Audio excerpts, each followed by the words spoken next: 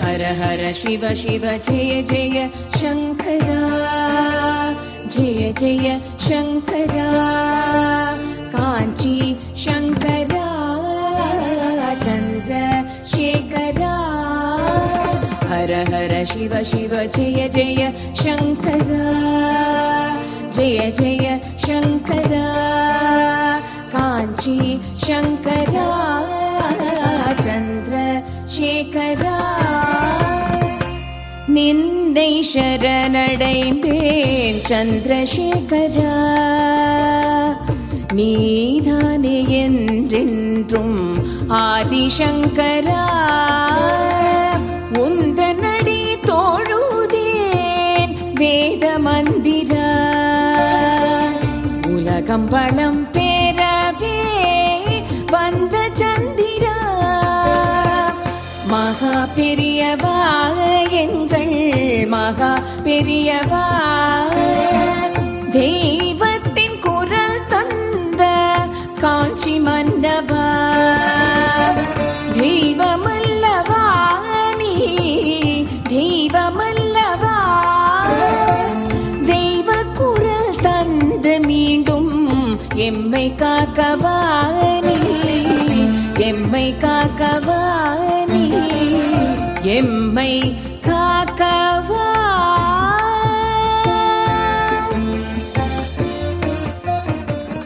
ஸ்ரீ குருப்யோ நமஹ. ஹரஹர சங்கர, ஜெய ஜெயசங்கர. நின்னை சரணடைந்தேன் என்ற இந்த நிகழ்ச்சியின் வாயிலாக உங்களை மீண்டும் சந்திப்பதில் மிக்க மகிழ்ச்சி. ஹரஹர சிவ சிவ ஜெய ஜெய சங்கரா, ஜெய ஜெய சங்கரா, காஞ்சி சங்கரா, சந்திரசேகரா. ஒரு முறை ஸ்ரீமடத்துல பெரியவா அங்க கைங்கரியம் பண்ணிட்டு இருந்த ஒருத்தர்கிட்ட பேசிட்டு இருந்தார். அப்ப இன்னொரு கைங்கரியம் பண்ற ஒரு அன்பர் ரொம்ப சுறுசுறுப்பா வேலை பண்ணிட்டு இருந்தார். பெரியவா அது புதுசா இருக்கே அப்படின்னு அவரை கூப்பிட்டு, நீ என்னப்பா இங்க பண்ற அப்படின்னு கேட்கிறார். நான் கொஞ்சம் இங்க சுத்தம் பண்ற வேலை எல்லாம் பண்றேன் பெரியவா அப்படின்னு சொல்ற. உனக்கு இங்க எவ்வளவு சம்பளம் தரா அப்படின்னு கேட்கிறார். ஒரு நாளைக்கு 1 ரூபாய் பெரியவா அப்படிங்கிற. போருமா உனக்கு அப்படின்னு கேட்கிறா. எனக்கு ஒரு சித்த சுவாதீனம் இல்லாத ஒரு தங்க ஒத்தி இருக்கா, நாங்க 2 பேரும் தான் பெரியவா, அதனால அது போறோம் அப்படின்னு சொல்றான். அப்போ பெரியவா சொல்றா, நான் ஒரு மந்திரவாதி, உனக்கு தெரியுமோ அப்படின்னு கேட்குறான். அந்த கைங்கரியம் பண்றவன், அப்படியா எனக்கு தெரியாதே அப்படின்னு சொல்றா. இப்போ பெரியவா சொல்றா, உன்னோட ஊர் எது அப்படின்னு கேட்குறார். அப்போ அவர் சொல்றார், கோழி குத்தின்னு ஒரு கிராமம் பெரியவா அப்படின்னு சொல்றா. சரி, நீ நாளைக்கு சந்திரமௌலீஸ்வரர் பூஜை இருக்கும்போது உன்னோட தங்கையை அழைச்சிட்டு வா, அந்த மேடையில் உக்காத்தி வச்சுடு அப்படின்னு சொல்ற. சரின்னு அவரும் பெரியவாட்ட விடை பெற்று போயிடுற. இன்னொரு சிற்பந்தியோட பேசின்னு இருந்தார் இல்லையா, அவரை கூப்பிட்டு அவர் சொல்றார், நாளைக்கு நான் பூஜை பண்ணிட்டு இருக்கும்போது இந்த நிர்மாலிய சந்தனத்தை எடுத்து நான் வீசுவேன், அது அந்த பொண்ணோட மேலே பட்டோன்னு ஆக்ரோஷமா எழுந்து அவ ஓட ஆரம்பிப்பா. அப்போ ஒரு 4 பிரம்மச்சாரிய பிரசங்களை நீங்க பின்னாடியே அனுப்புங்கோ, அங்க காவிரி குளத்துல போய் அவ விழுவா, அவளை காப்பாத்தி எடுத்துன்னு வாங்கோ, மேற்கொண்டு நான் சொல்றேன் அப்படின்னு சொல்றா. அதே போல் மறுநாள் அந்த பொண்ணு உட்கார்றது மேடை மேல. பெரியவா பூஜைக்கு நடுப்புற அந்த நிர்மாலய சந்தனத்தை வீசும்போது கரெக்டா அவளோட நெத்தியில பட்டு அந்த பொண்ணு ஆக்ரோஷமாகி பெரியவா சொன்ன மாதிரியே ஓட ஆரம்பிக்கிறா. அப்போ ஒரு மரத்து மேல போய் இடிச்சுக்கும் போது அந்த மரத்தோட களையே உடஞ்சு போயிடுறது. அப்புறம் அதே மாதிரி ஒரு 10 அடி தள்ளி அந்த காவிரி குளத்துல போய் அவள் விழுந்துடுறா. இந்த 4 பசங்களும் போய் அவளை காப்பாத்தி கொண்டு வரா. அப்புறம் பெரியவா சந்திரமௌலீஸ்வரரோட தீர்த்தத்தை எடுத்து அவ மேல தெளிச்சோன்ன கொஞ்ச நேரத்துல அந்த பொண்ணு சாதாரணமா எழுந்துண்டு சாதாரணமா ஆயிடுறா. இப்போ அந்த பெண்மணி நல்ல ஒரு 2 குழந்தைகள் பெற்று நல்லபடியா இருக்கா. இந்த மாதிரி பெரியவா தன்னை என்ன மந்திரவாதின்னு உனக்கு தெரியுமோன்னு சொன்னது இதுக்குதான். ஹர ஹர சிவ சிவ ஜெய ஜெய சங்கரா, ஜெய ஜெய சங்கரா, காஞ்சி சங்கரா, சந்திரசேகரா. சந்திரசேகரா. இன்றைக்கு நாம் சந்திக்கவிருக்கும் சிறப்பு விருந்தினர் சிறுஹாம்பூர் கிருஷ்ண சர்மா நாகராஜன் அவர்கள். அவர்களை நின்னை சரணடைந்தேன் நிகழ்ச்சிக்கு வருக வருகவென்று வரவேற்போம். நமஸ்காரம். நமஸ்காரம். நமஸ்காரம். பிரணம்ய சிரசா தேவம் கௌரிபுத்திரம் விநாயகம் சதாசிவ சமாரம்பாம் சங்கராச்சாரிய மத்தியமாம் அஸ்மத் ஆச்சாரிய பர்யந்தாம் வந்தே குருபரம்பராம் தியாயேத் பராம் அம்பிகாம் நாவிற் சரஸ்வதி நற்றுணையாக. நாங்கள் திருச்சி, எங்கள் அப்பா மடத்து வித்வான் ப்ளஸ் ஸ்கூல் டீச்சராக இருந்தார்.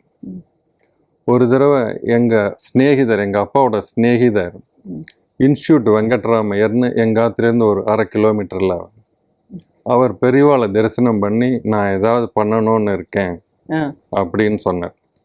அப்போ பெரியவா சௌரிய குறைச்சலாவோ மாதம் இதை மீட் பண்ண முடியாதவாளாக இருந்தாக்க அவளுக்கு ஏதாவது வைதீகத்தில் இருக்கிறவாளாக இருந்தால் அவளுக்கு ஒத்தாசை பண்ணு அப்படின்னு அந்த இன்ஸ்டியூட் வெங்கட்ராமையர்கிட்ட சொன்னார். இன்ஸ்டியூட் வெங்கட்ராமையர் என்ன பண்ணார், அடுத்த நாளே 1ஆம் தேதி வந்ததும் எங்கள் ஆற்றுக்கு எங்கள் அப்பாட்ட 100 ரூபாய் கொடுத்தார். தான் ஸ்கூலில் வாத்தியாராக இருக்கும், எனக்கு மாத சம்பளம் வரது. என்னோட ஸ்நேகிதர் அத்வைத சபாவில் மணிசாஸ்திரிகள்னு இருக்கார். எங்கள் அப்பாவுக்கு அப்போ 120 ரூபாயோ என்னமோ சம்பளம், அவருக்கு மாத சம்பளம் 60 ரூபா தான். அதனால இந்த 100 ரூபா அவருக்கு கொடுக்கறது தான் நியாயம் அப்படின்னு சொன்னார். இவர் எனக்கு அவளை தெரியாதுன்ன உடனே என்னை காமிச்சு 1ஆம் தேதி ஆச்சுன்னா இவன் உங்கள் இன்ஸ்டியூட்டுக்கு 100 ரூபாயை வாங்கி அவாத்தில் கொடுத்துட்டு வந்துடுவான், அந்த இதெல்லாம் நான் என்ன பண்ணுவான் அப்படின்னார். பெரியவாளுக்கு பால் பிரிண்டனும் பக்கத்து தெருவில் இருக்கிற பாயும் 2 பேரும் ஒன்று தான். இவர் வசதி அவர் வசதி, நம்ம வசதி நீ வசதி, எல்லாரும் சமதிருஷ்டி. ஒரு தடவை அந்த இஸ்லாமிய நண்பர் அவர் மடத்தில் அங்கேயும் இங்கேயும் போயிட்டு வந்துட்டு இருந்ததும் கூட இருக்கிறவ நீங்கள் ஒரு 3-4 மணியை போன வந்தேன்னா பெரியவாளை பார்க்கலாம், அந்த டைம் உங்களுக்கு சௌரியமாக இருக்கும், அவளும் பார்க்கறதுக்கு சௌரியமாக இருக்கும்னு. அது எங்கேருந்து பெரியவாளுக்கு தெரிஞ்சு அவளை என்ன சொன்னா, என்ன எதுக்கு வந்தான்னு கேளு அப்படின்னு. அப்போ அவர் என்ன சொன்னார், என் பொண்ணுக்கு கல்யாணம் வச்சுருக்கேன், பணத்தட்டுப்பாடாக இருக்கு அப்படின்னு ஒன்று, எவ்வளோ வேணும் கேளு. அவர் என்ன தொகை கொடுத்து சொன்னார்னு தெரியாது எனக்கு. எவ்வளோ வேணும்னு கேளுனோடனே இந்த அமௌண்ட்டுன்னு சொன்னார். ஒரு 2-3 நாளில் வேணுமோ என்னமோ சொன்னார். அப்போ பெரியவா இங்கே வந்திருக்கிறவா தேடி பார்த்து மடத்து வித்வான் யாராவது இருந்தால் சொல்லு, கூப்பிடு அப்படின்னு. அப்படின்ன உடனே எங்கள் அப்பா இருந்தா, எங்கள் அப்பா வர சொன்னார் பெரியவா. இந்த மாதிரி அவள் கேட்குறா, சாஸ்திரம் என்ன சொல்கிறது, நீ என்ன சொல்கிற அப்படின்ன உடனே ஜெகத்குருங்கிற கொடைக்கு கீழே எல்லாரும் வந்துவிட்டோம். அதனால சுப காரியத்துக்குன்னு கேட்குறச்ச நம்ம அதை இது பண்ண வேண்டியதுதான் நியாயம்னு தோன்றது அப்படின்னு.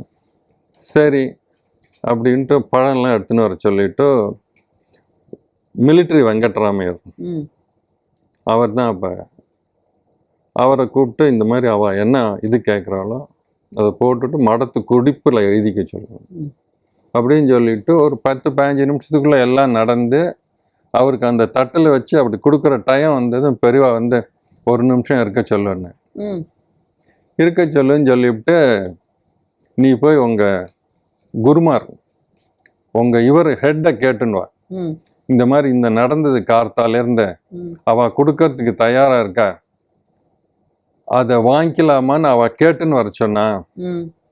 சாமியார் இந்த மாதிரி கொடுக்குறேங்கிறாரு, உங்களை கேட்டு நீங்கள் சரின்னு சொன்னால் கொடுக்க தயாராக இருக்காருன்னு சொல்லு அப்படின்னு. அதே போல் அவர் கேட்டு வந்ததும், உனக்கு ரொம்ப அதிர்ஷ்டம், அல்லாவே கொடுத்த மாதிரி நீ போய் வாங்கிக்கோ அப்படின்னு சொல்லி அவர் சாயந்தரமா மறுபடியும் இந்த மாதிரி சந்தோஷப்பட்டாங்கன்னு சொல்லி பழம் இதோட ஒரு குறவும் இல்லாமல் நன்னா நடக்கும் போயிட்டு வான்னு கல்யாணத்துக்கு அனுப்பிச்சி வச்சார்.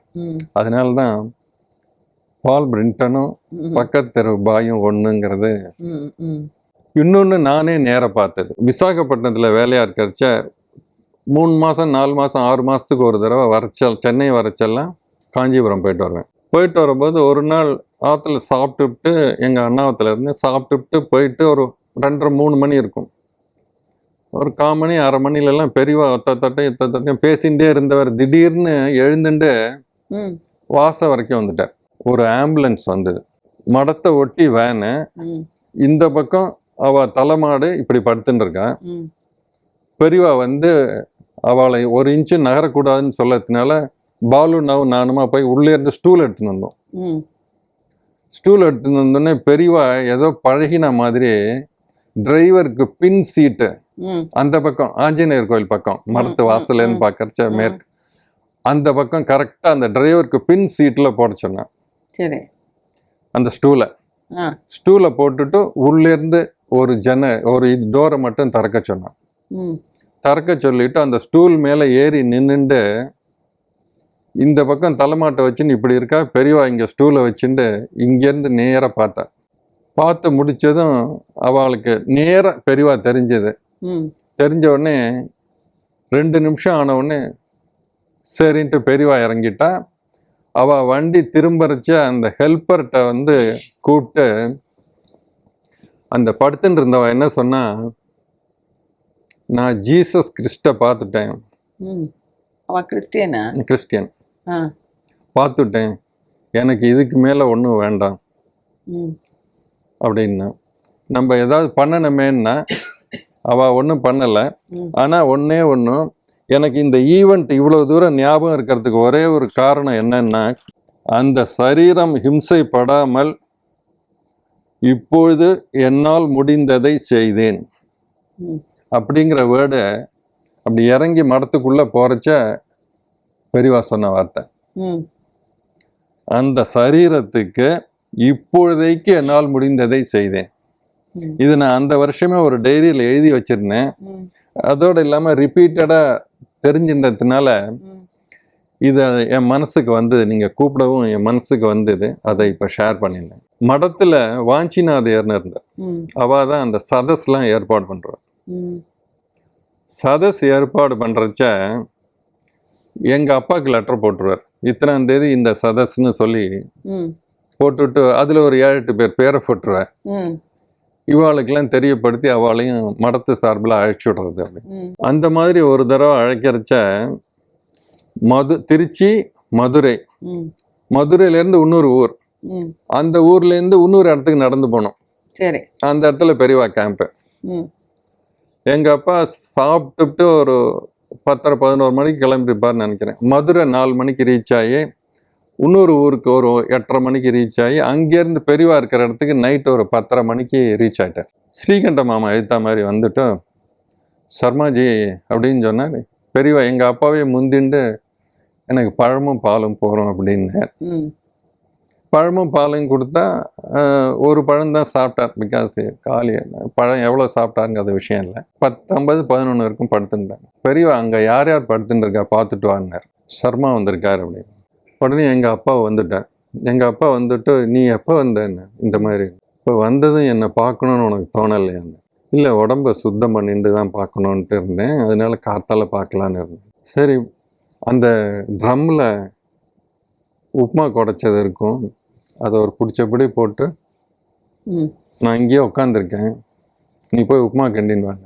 ம், ஸ்ரீகண்ட மாமா நான் இருந்து சாப்பிட்டுட்டு உங்கள்கிட்ட வந்து சொல்லிவிட்டு அப்புறமா படுத்துக்கிறேன். இல்லை நாழி எடுத்து உப்புமா உலக்கூறி சாப்பிட்ணும் நீயே, அதுக்காகத்தான் நான் இங்கே உட்காந்துருக்கேன் அப்படின்னு. ஸோ அந்த அளவுக்கு வைதிகா மேலேயும் ம், எல்லாரையும் ஒரே இதுவாக பார்க்குறதுலையும் ம். ரொம்ப இதுவாக. எங்கள் தாத்தாலாம் எங்கள் அப்பா இதோட திருச்சியில் ஆண்டார் இது பத்தாய்கரை சந்தைன்னு ஒரு இடத்துல எங்கள் தாத்தா தினைக்கும் காவேரிக்கு போய் ஸ்நானம் பண்ணி அந்த ஜலத்தை எடுத்துன்னு வந்து தான் அபிஷேகம் பண்ணார். ம், ஸோ எங்கள் தாத்தாவுக்கு வயசான உடனே அந்த ஒர்க்கை எங்கள் அப்பா எடுத்துட்டு தான் தீர்த்தம் கொண்டுறோம், எங்கள் அப்பா அபிஷேகம் பண்ணி எல்லாம் பூஜையெல்லாம் பண்ணுறத பார்த்தேன். ஒரு தடவை என்ன ஆச்சு, காவேரி ஸ்நானம் பண்ணிவிட்டு எழுந்திருக்கிறச்ச நம்ம இதுக்கு விரோதமான மனுஷா எங்கள் அப்பாவோட சிகையை கட் பண்ணிட்டேன். அப்போ தான் ஸ்கூலில் சேர்ந்த டைம், திருச்சியில் உறையூரில் எஸ்எம்ஐ ஸ்கூலில் சேர்ந்த டைம். அது ரொம்ப மனசுக்கு கொஞ்சம் சங்கடமாக இருக்கவும் நான் போய் பெரியவாள்கிட்ட சொல்லலான்ட்டு, பெரியவா அங்கே இருக்கான்னா இங்கே எட்டி நின்றுண்டு சொல்கிறதுக்கு வரலான்னு வரைச்ச பெரியவா வந்து என்ன சொல்ல வரணும்னு நினைக்கிறாளோ, பண்ணினது அவரை இல்லை, அவனை இல்லை, என்ன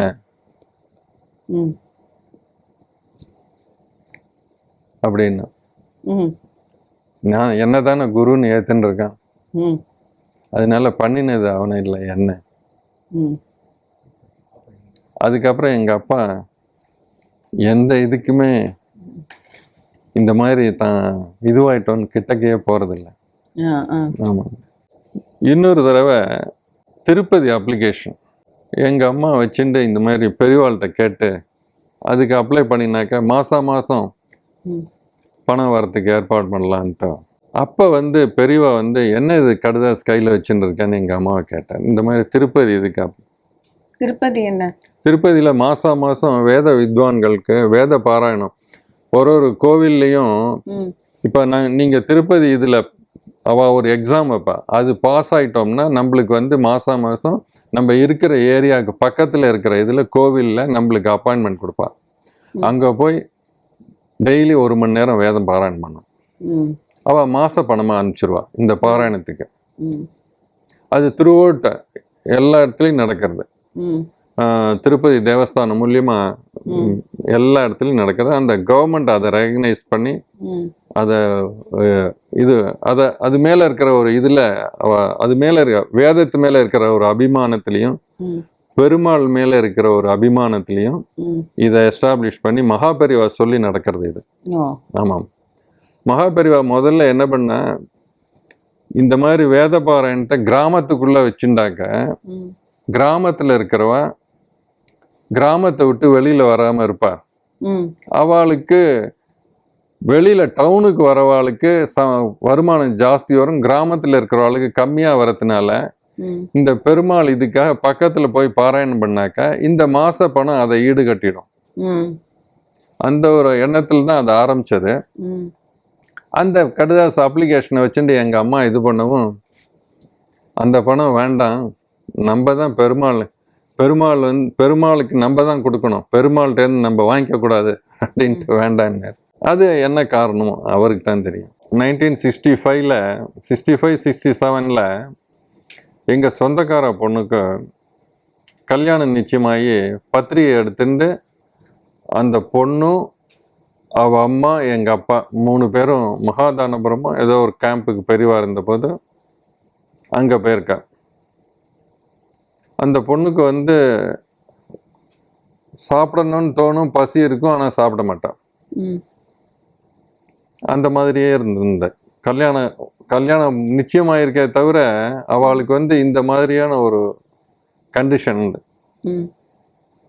ஸோ எங்கள் அப்பாவை வந்து பெரியவா சந்தியா காலம் எடுத்து நீங்கள் அப்படின்ன உடனே எங்கள் அப்பா சந்தியாவனத்துக்கு தான் ப்ரையாரிட்டி கொடுப்பாருன்னு தெரியும். அதனால அவர் கிளம்பிட்டார். இந்த பொண்ணு சாப்பிடாமே இருக்கான்னு தெரிஞ்ச உடனே இவர் ஸ்ரீகண்ட மாமாவை கூப்பிட்டு உள்ள என்னெல்லாம் இருக்கோ அதை எடுத்து வச்சுட்டு நீ வெளியில் வந்துடுவ அப்படின்ட்டார். அப்புறம் அந்த பொண்ணையும் அவள் அம்மாவையும் கூப்பிட்டு உன் பொண்ணு என்னெல்லாம் சாப்பிடணும்னு நீ ஆசைப்படுறியோ நீ போடு, அவள் சாப்பிடுவா அப்படின்னு. உள்ளே போனாக்க அந்த பொண்ணு 3 மாசமா சாப்பிடாதவா எப்படி சாப்பிடுவாளோ அந்த மாதிரி சாப்பிட்டான். சாப்பிட்டு வெளியில வந்த உடனே அவ அம்மாவை பெரியவா சாப்பிட போச்சுட்டான். எங்க அப்பாவை சந்தியாவனத்துக்கு போச்சுட்டான். இப்போ அந்த பொண்ணு மட்டும் இருந்தா. கல்யாண பத்திரிகை விருட்டுன்னு காத்துல பறந்து போயிட்டு அந்த பொண்ணு, உனக்கு என்ன ஸ்லோகம் தெரியும், என்ன சொல்றீங்களோ நான் சொல்லிக்கிறேன் அப்படின்னு. சரி அதெல்லாம் வேண்டாம், நீ ராமநாமா சொல்லு. விடாம கெட்டியா ராமநாமாவை பிடிச்சுன்னு அதுலேயே ஸ்திரமாக இருந்துக்கோ அப்படின்னா. அதுக்கு அர்த்தம் பின்னால் தான் தெரிஞ்சது, அந்த கல்யாண பொண்ணுக்கு 2 பொன் குழந்தைகள். அதுக்கப்புறம் அவ தாம்பத்தியம் வேற மாதிரியா போச்சு. அந்த மாமிக்கு இப்போ 85 வயசு. இவ்வளோ ராமநாமா இன்னைக்கும் எழுதுவா. ராமநாமா 2 பொண்கள், அவளோட குழந்தைகள் அந்த மாதிரி சௌரியமா இருக்கா. அவளோட ஹஸ்பண்டோட சேர்ந்து இல்லை. அதை தான் முன்கூட்டியே சொல்லி அதனால வர இதை இப்போ சீதைக்கு வந்து தூக்கு போட்டுக்கணுங்கிற இதையும் கொடுத்து அதே டயத்தில் அதை ரெஸ்கியூ பண்ணுறதுக்கு அதே ஸ்பாட்டுக்கு ஆஞ்சநேயர் வந்த மாதிரி இந்த பொண்ணுக்கு உனக்கு இந்த மாதிரி வருங்கிறதையும் ஓரளவுக்கு இண்டிகேட் பண்ணி, அந்த இண்டிகேஷனுக்கு தான் அந்த பத்திரிக்கை அப்படி பறக்கிறது. பத்திரிக்கை அதான் காரணம். இன்னொன்று, எங்கள் அப்பா ஹைஸ்கூல் வாத்தியாராக இருந்தார். அப்போ ஸ்கூலில் பட்டண பிரவேசம் ஏற்பாடு பண்ணியிருந்தேன். நேஷ்னல் ஹைஸ்கூல் பட்டண பிரவேசம். பட்டண பிரவேசத்துக்கு முன்னாடி ஸ்கூல் அட்மினிஸ்ட்ரேஷனில் ஒரு மீட்டிங் போட்டு எங்கள் அப்பாவை கூப்பிட்டு, நீங்கள் வந்து லைட்டிங் அரேஞ்ச்மெண்ட்ஸ்லாம் பார்த்துக்கோங்க அப்படின்னு. பெரியவா வந்து வேத வித்வான்களை எப்படி கௌரவமாக ஓங்கி வச்சிருக்காருங்கிறதுக்கு ஒரு எக்ஸாம்பிள். பெரியவா உள் கொட்டகையில் இருக்க அந்த அட்மினிஸ்ட்ரேஷனில் இருக்கிறச்ச அந்த கரஸ்பாண்டன்ட் வந்து, ஷர்மா லைட்டெல்லாம் ரெடி ஆகிட்டேன்னு அது பெரியவா காதில் பட்டு கொடுத்து, யாரோ ஷர்மான்னு கூப்பிட்டால என்ன சொன்னான்னு கேட்டுன்னு.